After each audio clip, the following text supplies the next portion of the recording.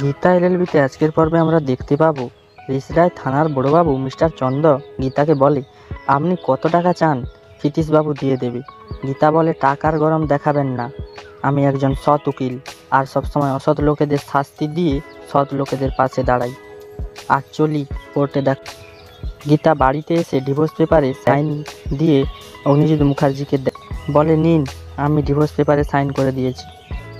অগ্নিজিৎ মুখার্জি বলে, ঠিক আছে, আমি স্বস্তিকের থেকে সাইন করিয়ে নিই, তারপর দেখ। স্বস্তিক বাড়িতে আসে।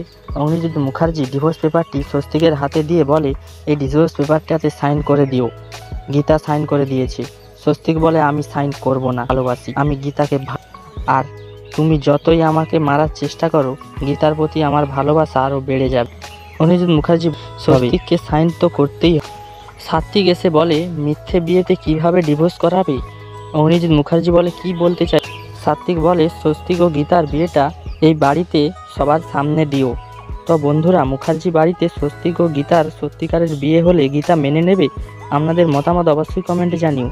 আর নতুন নতুন আপডেট পেতে আমাদের চ্যানেলটিকে সাবস্ক্রাইব করে পাশে থাকুন।